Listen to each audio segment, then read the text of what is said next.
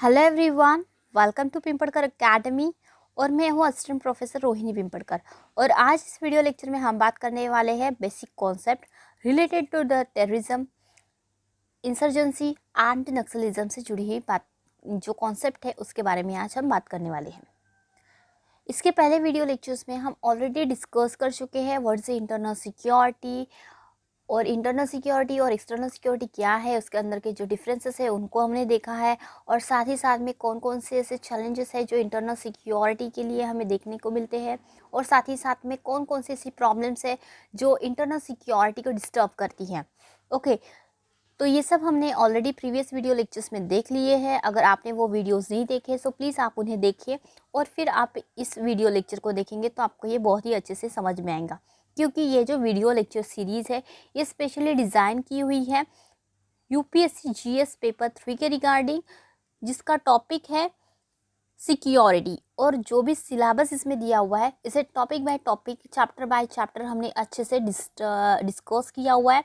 अगर आपको specific topic चाहिए तो सिंपली आप हमारी प्लेलिस्ट में जाइए और आपको जो भी पर्टिकुलरली जो प्लेलिस्ट मिलेंगी उसमें आप चैप्टर में जाइए उस पर्टिकुलरली, और उस जो भी आपको टॉपिक चाहिए वो आप देख सकते हैं।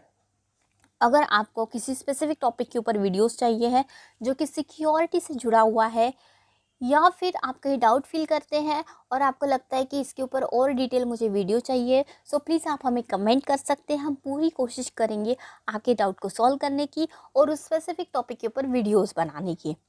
सो हमारे लेटेस्ट अपडेट के लिए प्लीज़ आप हमारे चैनल को सब्सक्राइब करें, लाइक करें और शेयर करें। तो देखते हैं हमारा today's topic, what is the difference between terrorism, insurgency and Naxalism, जिसमें सबसे पहले हम जानेंगे टेररिज्म। अब देखिए, टेररिस्ट एक्टिविटीज़ में जो लोग इन्वॉल्व होते हैं उन्हें कहा जाता है टेररिस्ट। और ये जो टेररिस्ट जो लोग होते हैं, जिस भी कंट्री के लिए ये काम करते हैं, उन कंट्री के जो लोग होते हैं उस पर्सपेक्टिव से अगर उसे देखेंगे तो वो उसके लिए वो क्या होता है, हीरो होता है।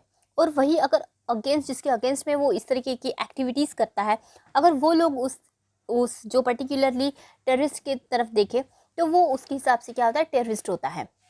तो इस तरीके के एक डबल स्टैंडर्ड हमें देखने को मिलता है, जिसके लिए वो इस तरीके की एक्टिविटीज़ करता है उनके लिए वो हीरो होता है, तो जिसके अगेंस्ट में वो इस तरीके की एक्टिविटीज़ को अंजाम देता है उसके लिए वो क्या होता है, टेररिस्ट होता है। तो इस वजह से बेसिक जो प्रॉब्लम है, इस वजह से जो टेररिज्म की जो कॉन्सेप्ट है उसे डिफाइन ही किया है इंटरनेशनल जो एजेंसीज है, जैसे कि यूएनओ हो गया, उन सब में इसकी प्रॉपर डेफिनेशन नहीं दी है।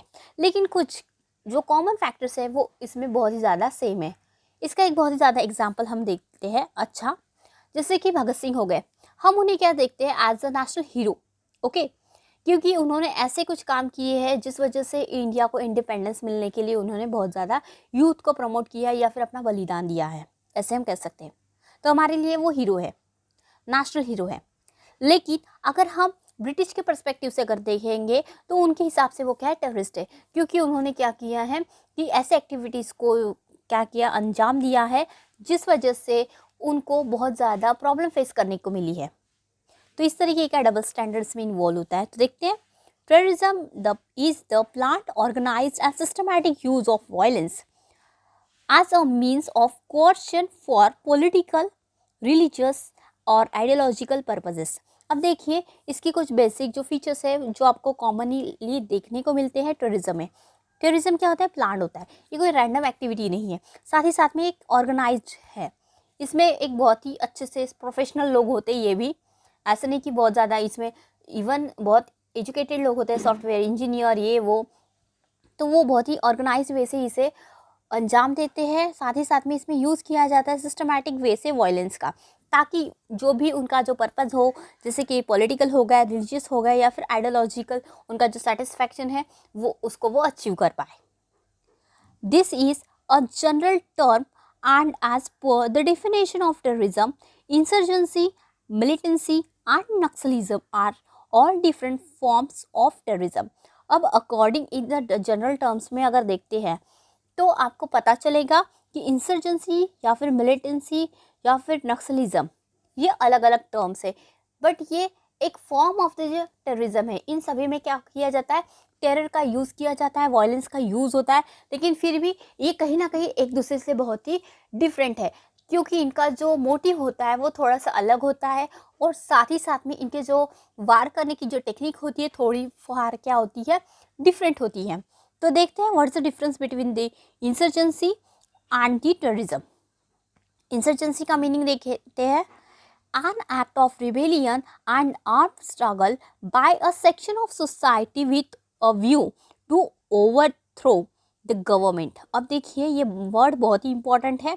जो भी रेबेलियन होता है, रियोट्स होते हैं या फिर आर्म स्ट्रगल जो भी होता है, इसका सिर्फ एक ही क्या होता है, पर्पस होता है। वो पर्पस ये है कि ओवरथ्रो करना है गवर्नमेंट को, गवर्नमेंट को जड़ से उखाड़ के फेंकना है, उसका फॉर्म ही चेंज कर देना है, जो भी लोग गवर्नमेंट में है उसको बाहर करना है।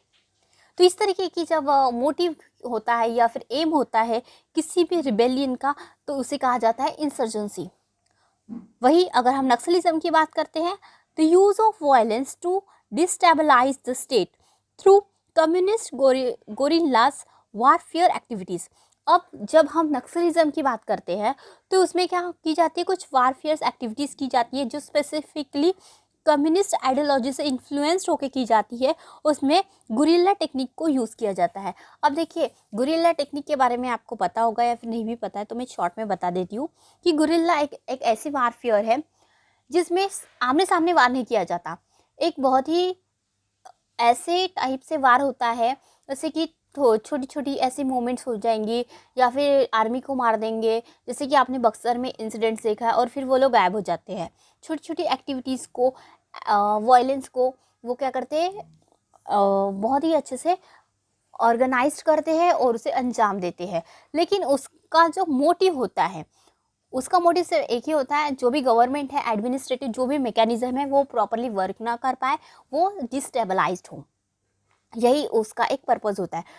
टोटली गवर्नमेंट को ओवरथ्रो करना है या फिर निकाल के फेंकना है, इस तरीके का उनका कोई भी पर्पस नहीं होता है। ये बेसिक डिफरेंस होता है इंसर्जेंसी और नक्सलिज्म में।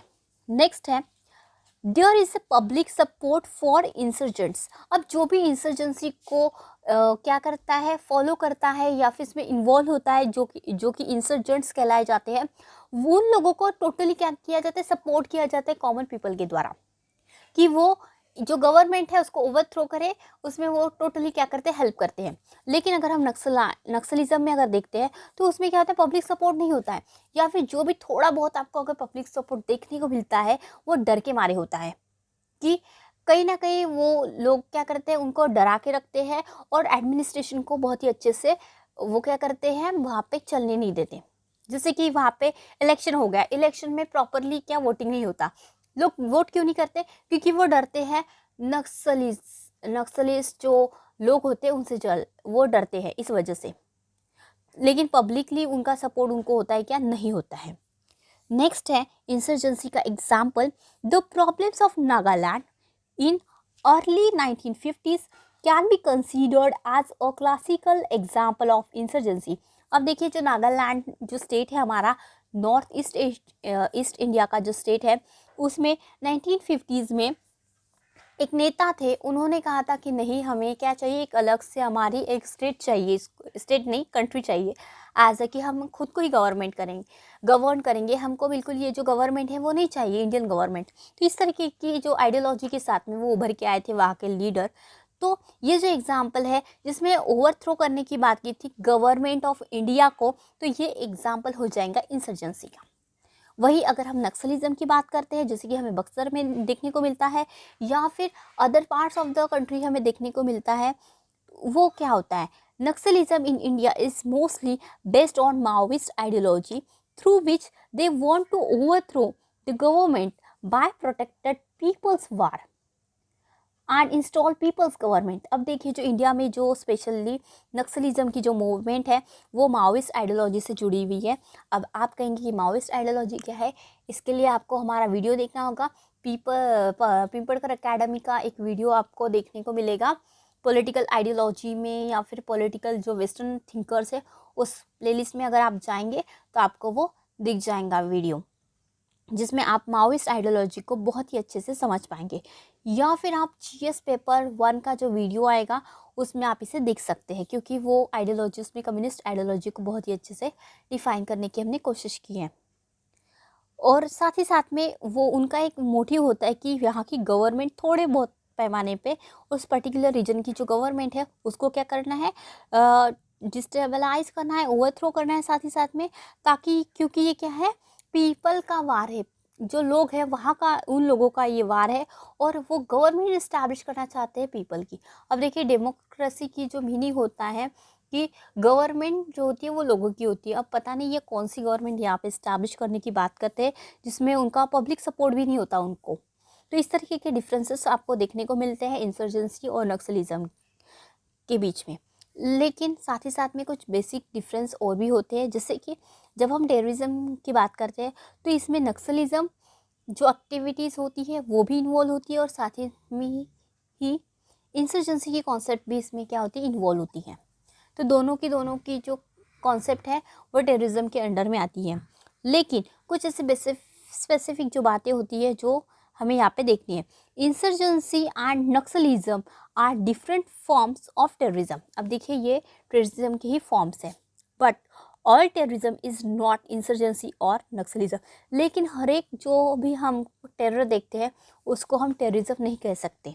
ओके, उसे हम नक्सलिज्म नहीं कह सकते, हम उसे क्या नहीं कह सकते, इंसर्जेंसी नहीं कह सकते। मतलब ये जो दोनों है नक्सलिज्म एंड इंसर्जेंसी, ये टेररिज्म का पार्ट है, लेकिन हर टेररिज्म नक्सलिज्म या फिर इंसर्जेंसी का पार्ट नहीं होता है। तो इस तरीके का डिफरेंस हमने यहाँ पर देखा है, जिसमें सबसे पहले हम बात की टेररिज्म क्या होता है, और साथ में हमने देखा इंसर्जेंसी और नक्सलिज्म के बीच का डिफरेंस, और टेररिज्म के अंदर नक्सलिज्म और इंसर्जेंसी के डिफरेंट फॉर्म आ सकते हैं, लेकिन टेररिज्म का मतलब या फिर नक्सलिज्म का मतलब टेररिज्म ही नहीं होता। सो इस तरीके की बातें हमने डिस्कस की। Thank you for watching our video. This video is presented by the Pimpadkar academy. Thank you for watching this video and please subscribe our YouTube channel.